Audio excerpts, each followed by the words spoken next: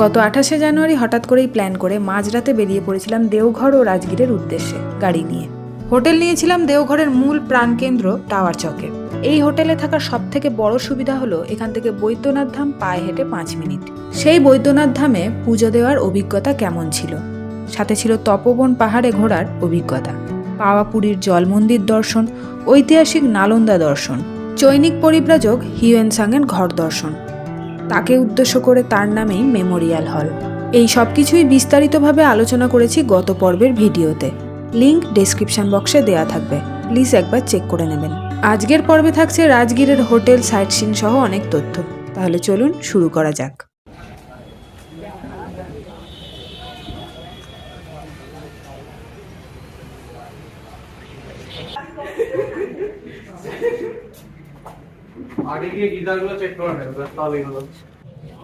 এখন বাজে 6:30। আমরা রাজগীরে এসে পৌঁছালাম। হোটেল কনকে আমরা উঠেছি।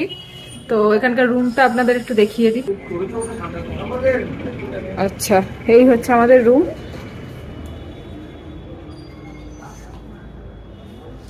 বিশাল বড় বিছানা, মানে 4 জনে শুতে পারবে।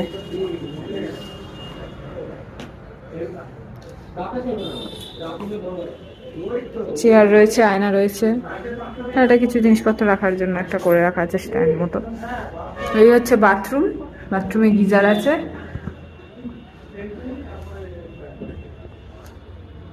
আর এখান থেকে বাইরে সুন্দর ভিউ পাওয়া যাচ্ছে। এটা হচ্ছে বাস স্ট্যান্ড।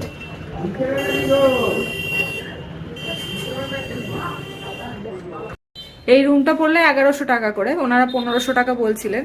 তো দরাদরি করে 1000 টাকা প্রথমে বলছিলাম, 1000-এ রাজি হলো না, 1100 টাকায় রাজি হয়েছে। এখন তাহলে ফ্রেশ হয়ে নি, ডিনারে আপনাদের সাথে দেখা হচ্ছে। রাতের ডিনারটা সবাই মিলে সেরে ফেললাম রুটি আর মটন কষা দিয়ে।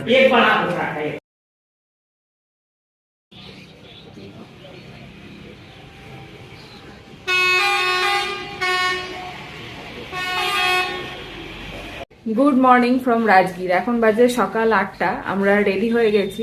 আজকে আমরা এখান থেকে বেরিয়ে যাব সাইট সিন করে, তারপর একদম সোজা বাড়ি। তো আমরা তো নিজেদের গাড়ি নিয়ে এসি, প্রাইভেট গাড়ি, মানে আমার হাজব্যান্ডের বন্ধু, ওর নিজস্ব গাড়ি আছে, ওর গাড়ি করে আমরা পুরো ট্রিপটা করলাম আর কি। তো এবার একটা সমস্যা যেটা হয়েছে সেটা হচ্ছে কালকে রাত্রে আমাদের হোটেলের মালিক বললেন ব্যাপারটা, সেটা আজকে যে সাইট সিনগুলো আমরা করবো ভেবেছিলাম, মানে সাফারি, তারপরে হচ্ছে গ্লাস ব্রিজ যেটা নতুন খুলেছে, নতুন মানে প্রায় বছর 3 হলো আর কি খুলেছে, গ্লাস ব্রিজ, সাফারি, আর ওদিকে হচ্ছে হ্যাঙ্গিং ব্রিজ। এই পুরোটা দেখার জন্য একটা টিকিট কাটতে হয়। সেটা অনলাইনে টিকিটটা কাটতে হয় 3 দিন আগে। তো 3 দিন আগে টিকিট কাটলে সেই টিকিট নিয়ে এসে তারপরে এই বিয়েটা যেটা বললাম এইটা করা যায়। তো এবার আমাদের তো হঠাৎ ঠিক হয়েছে এবারের ট্রিপটার জন্য, মানে গাড়ি নিয়ে হঠাৎ করে ঠিক হয়েছে যে চল গাড়ি নিয়ে ঘুরে আসি। যাই হোক, তো এই জন্য 3 দিন আগে টিকিট কাটার তো কোনো মানে সিনই ছিল না। অফলাইনে আর কি টিকিট কাটা যায় না, যায় না বলতে কি, ভোরবেলা 5টার সময় যদি গিয়ে লাইন দেওয়া যায়, প্রথম 250 জনকে টিকিটটা দেবে, সেটা হচ্ছে গ্লাস ব্রিজের জন্য। না হলে এমনি যাওয়া যাবে ওই সাফারির ওখান থেকে একটা বাসে করে আর কি আপনাদের স্পট অব্দি গিয়ে ছেড়ে দিয়ে আসবে। এই যে বাসে করে যেটা যাচ্ছে সেই জার্নিতে যদি কোনো আর কি জীবজন্তু দেখতে পাওয়া যায় তো যাবে। সবাই বলে পাওয়া যায় না, ম্যাক্সিমাম লোকই বলে যে পাওয়া যায় না। তো যাই হোক, এই বাসে করে নিয়ে গিয়ে একটা স্পটে গিয়ে ছেড়ে দেবে। এবার সেখান থেকে হচ্ছে গ্লাস ব্রিজ আর হচ্ছে হ্যাঙ্গিং ব্রিজ অব্দি হেঁটে হেঁটে ঘুরে দেখতে হবে। গ্লাস ব্রিজে নাকি একটা লিমিটেড সংখ্যা আছে, এতজনকেই প্রতিদিন তোলে ওপরে, মানে ব্রিজের ওপরে তোলে আর কি। তো ওটা হচ্ছে ভোরবেলা 5টার সময় যদি গিয়ে লাইন দেওয়া যায় তাহলে অফলাইনে টিকিট পাওয়া যাবে প্রথম 250 জনের, আর ওটাই নাকি মারাত্মক ভিড় হয়। তো কালকে ওনার মালিক বলেই দিলেন যে আপনারা মনে হয় ওটা দেখতে পাবেন না, অনলাইনে আগে থেকে টিকিটটা কেটে রাখতে হতো, অফলাইনে পাওয়া যায় না, ভোর 5টার সময় গিয়ে লাইন দিলে তবেই পাবেন। এবার সমস্যাটা হয়েছে যেহেতু গাড়ি নিয়ে ট্রাভেল করছি, এবার যে গাড়ি চালাচ্ছে সেই দাদারও আর কি রাত্রিবেলা ঠিক করে ঘুম না হলে পরের দিন গাড়ি চালানো খুব মুশকিল হয়। তো ও বললো আর আমরাও বললাম যে থাক ছেড়ে দিই, তাহলে শুধু সাফারি, ওদিকে হ্যাঙ্গিং ব্রিজটা দেখবো, আর ওদিকে শান্তিস্তূপ টুপ ওগুলো তো আলাদা, ওগুলো তো আছেই। তো গ্লাস ব্রিজটার জন্য আর ভোরবেলা 5টার সময় গিয়ে লাইন দিয়ে আজকে এবারে আমাদের দেখা সম্ভব হলো না। ব্যাপারটা জানা ছিল না, জেনে নিলাম, আপনাদেরকেও জানিয়ে দিলাম আর কি। তো আপনারাও যারা এই প্ল্যানটা করবেন রাজগীরে এসে এই সাইট সিনগুলো করবেন, এই স্পটগুলো দেখবেন, তো আগে থেকে অবশ্যই অনলাইনে টিকিট বুক করে নেবেন 3 দিন আগে, নাহলে আমাদের মতন অবস্থা হবে। তো যাই হোক, এখন ব্রেকফাস্ট করে আমরা বেরিয়ে পড়বো। আগে ওই স্পটে গিয়ে পৌঁছোই, দেখা যাক ব্যাপারটা কি হয়, যদি ভাগ্যে থাকে তো হবে, না হলে হবে না। যাই হোক, এখন যাওয়া যাক। কার পেছনে খাবার যেখানে গোজা আছে সেইখানেই আছে।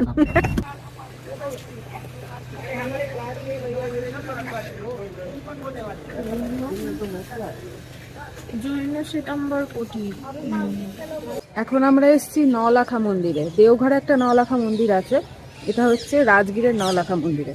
ভিতরে ছবি তোলা বারণ, ওই জন্য ছবি তুললাম না, যতটা ভিডিও করা যায় আপনাদের দেখাচ্ছি।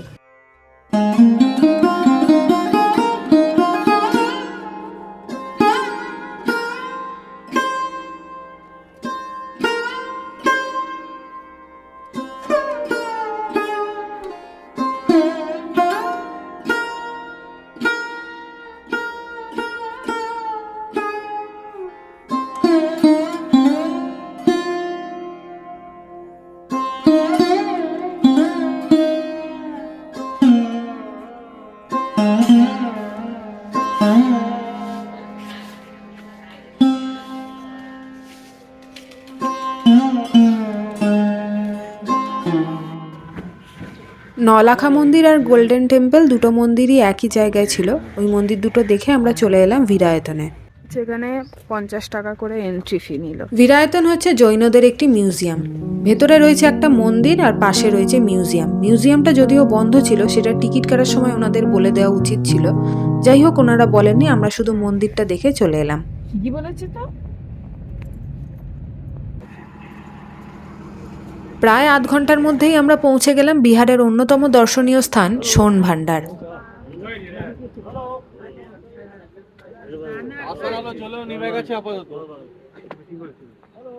টিকিট কাউন্টারের জায়গাটা বদলে গেছে, এগুলো সব গুহার মধ্যে কেটে কেটে করা। বৈভব পাহাড়ের পাদদেশে অবস্থিত সোন ভান্ডার, যাকে অনেকে স্বর্ণ ভান্ডারও বলে থাকেন।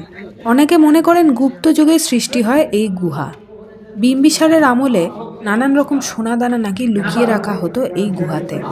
দেওয়ালে খোদাই করা লিপি দেখে প্রত্নতাত্ত্বিকরা মনে করেন যে জৈনদের সঙ্গে এই গুহার অনেক যোগসূত্র রয়েছে। সোন ভান্ডার দেখে এখন আমরা যাচ্ছি গ্লাস ব্রিজ, হ্যাঙ্গিং ব্রিজ দেখতে। যা ভেবেছিলাম সেটাই হলো। এখানে যা যা রয়েছে, এই যে গ্লাস স্কাইওয়াক, সাসপেনশন ব্রিজ, আরো যা যা আছে, এখানে যে ছবিগুলো দেওয়া রয়েছে, এইগুলো সব করতে হলে আগে থেকে অনলাইনে বুক করতে হবে 3 দিন আগে।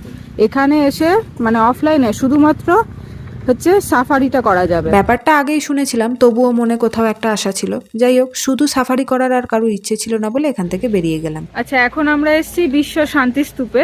এখানে যেতে গেলে রোপওয়ে করে যেতে হবে। তো এখন আমরা রোপওয়ে টিকিট কাউন্টারে যাচ্ছি।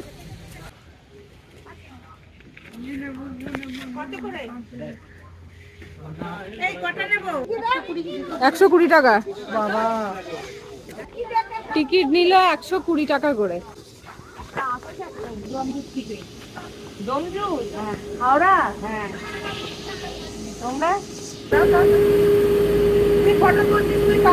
হ্যাঁ হ্যাঁ,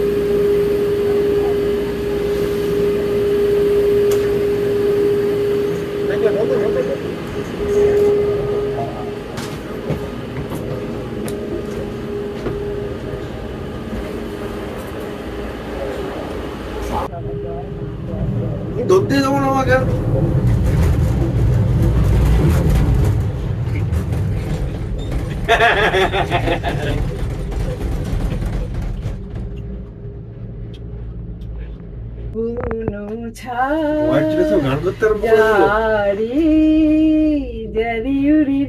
পাখি দারুন দারুন উড়ালু প্রাণী মেলা, শেষ হইলু বেলা।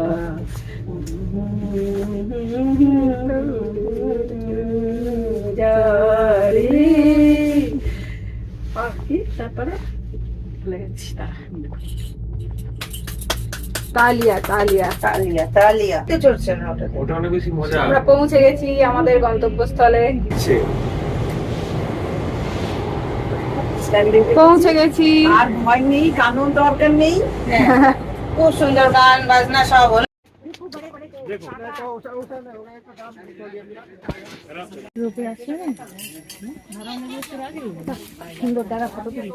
হনুমান এখানে আবার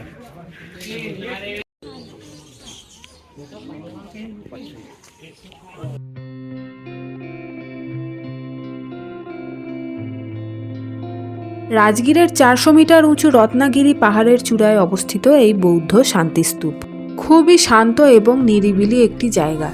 এখানে পৌঁছতে দুটো পথ আছে, একটা হচ্ছে পায়ে হেঁটেও এখানে আসা যায়, আর একটি রোপওয়ের মাধ্যমেও আসা যায়। এই স্তূপটি 120 ফুট লম্বা। বলা হয় এখানে বুদ্ধদেবের যে মূর্তিটি রয়েছে সেই মূর্তিটি নাকি সোনার।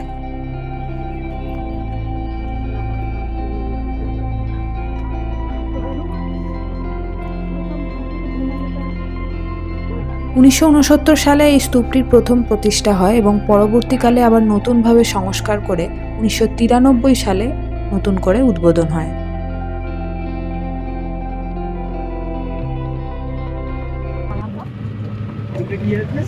বৌদ্ধ স্তূপের পাশেই রয়েছে টোটো স্ট্যান্ড। সেখান থেকেই টোটো ভাড়া করে আমরা এখন যাচ্ছি ঘোড়াকাটোরা লেক দেখতে। ব্রেক আছে তো, টোটো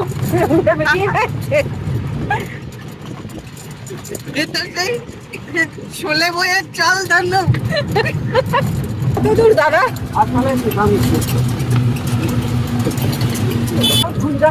হ্যাঁ, সুন্দর জিনিস। ঘোড়া কাটোরা,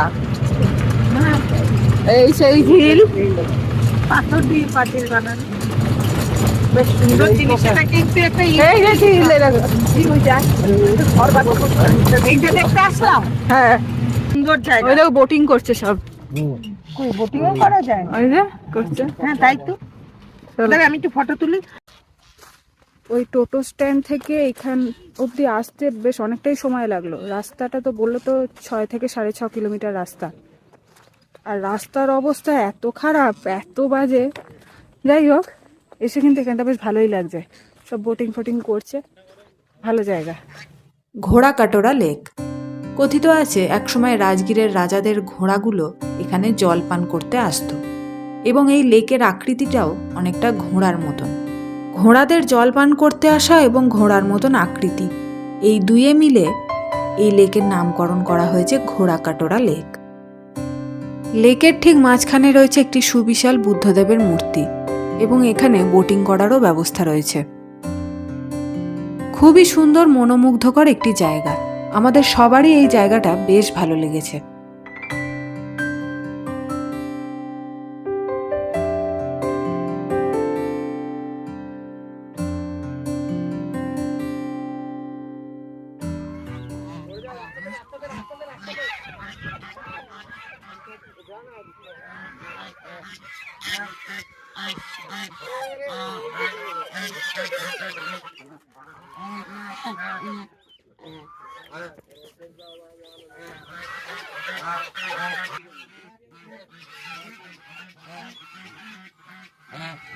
লেক দেখে আমরা ফিরে এলাম টোটো স্ট্যান্ডে। এখানে আমাদের গাড়ি রাখা ছিল, সেই গাড়ি নিয়ে আমরা আবার একটা জায়গায় এলাম লাঞ্চ করতে। বিহারের লিট্টি ফেমাস, এটা আমরা সবাই জানি। লিট্টিটা ট্রাই করেছিলাম, সেটা গত পর্বে ভিডিওয়ে আপনাদের দেখিয়েছি। ভাবলাম এখানকার বিরিয়ানিটা একবার ট্রাই করে দেখি। বিরিয়ানিতে কাজু ধনেপাতা দেখে প্রথমেই মনটা ভেঙে গেল। যাই হোক, ভাবলাম এটাই বোধহয় বিহারের স্টাইল বিরিয়ানি বানানোর। তারপর খুঁজে পেতে দুটো মাংস পেলাম এবং আলুর সাইজগুলো দেখে হাসবো না কাঁদবো সেটাই বুঝতে পারছিলাম না। খাবারের স্বাদ এক এক জায়গায় এক এক রকম হবে, সেটাই স্বাভাবিক। যাই হোক, বিরিয়ানিটা আমার একদমই ভালো লাগেনি। লাঞ্চ করে এবার আমরা রওনা দিলাম বাড়ির উদ্দেশ্যে। গত 3 দিন মজা আড্ডা গল্প করে সময়টা বেশ ভালোই কাটলো। আমার আজকের ভিডিওটা তাহলে এখানেই শেষ করছি। যদি ভালো লেগে থাকে লাইক, শেয়ার, কমেন্ট করে পাশে থাকবেন। দেখা হচ্ছে পরের ভিডিওতে। সবাই ভালো থাকবেন, সুস্থ থাকবেন।